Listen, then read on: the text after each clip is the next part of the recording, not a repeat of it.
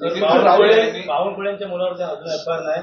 नितीन गडकरी खंत व्यक्त केली. सत्ताधाऱ्यांकडून रस्ते सुरक्षेचे नियम पायदळी तोडले जात आहेत. हा रस्ता सुरक्षेचा नियम नसून हा बेवडेबाजीचा नियम आहे. या रस्त्यावर अशा प्रकारचा अपघात एखाद्या सामान्य माणसाने केला असता बरं का, तर काय झालं असतं याचा विचार तुम्ही करा. एवढ्याला पोलिसांनी त्याला, त्याच्या कुटुंबाला, त्याच्या मित्राला बकोटी पकडून रस्त्यावर धरून त्याची धिंड काढली असते. पण सलमान खान सुटतो, एखाद्या बिल्डरचा मुलगा सुटतो, संकेत बावनकुळे सुटतो. मी तो कोणाचा मुलगा आहे हे मानत नाही, तो कोणाचा मुलगा असेल.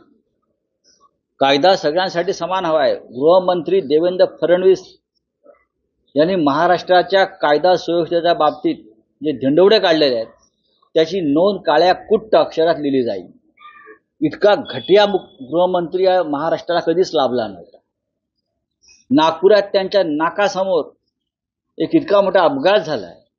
17-18 लोक इस्पितळात आहेत आणि तुम्ही ज्याच्या मालकीचं वाहन आहे त्याचं नाव एफआयआर मध्ये घेत नाही.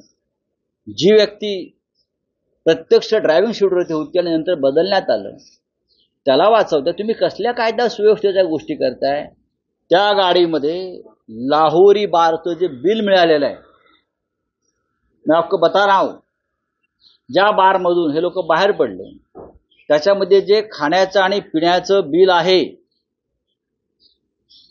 ते बिल लोकांसमोर आणलं पाहिजे. त्याच्यामध्ये दारूचं बिल आहे, त्याच्यामध्ये आम्हाला हिंदुत्व शिकवतात, चिकन, मटण आणि त्याच्याबरोबर बीफ कटलेटचंही बिल त्याच्यामध्ये आहे, गोमांस. हे आम्हाला हिंदुत्व शिकवतात. श्रावण आहे, गणपती आहे, अमुक आहे, हिंदुत्व आहे. त्याच्यामध्ये बीफ कटलेट भी उसने खाया है ये लोगों ने. हिंदुत्ववादी लोग हैं, हमको सिखाते हैं सबको, और सबको क्या बोलता है मॉब लिंचिंग करते हैं.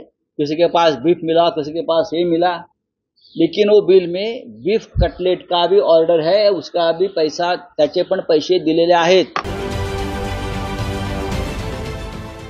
देश विदेशातील प्रत्येक घडामोडींचे लाईव्ह अपडेट मिळवण्यासाठी आता साम टीव्हीच्या सर्व सोशल मीडिया प्लॅटफॉर्मला लाईक, फॉलो आणि सबस्क्राईब करा.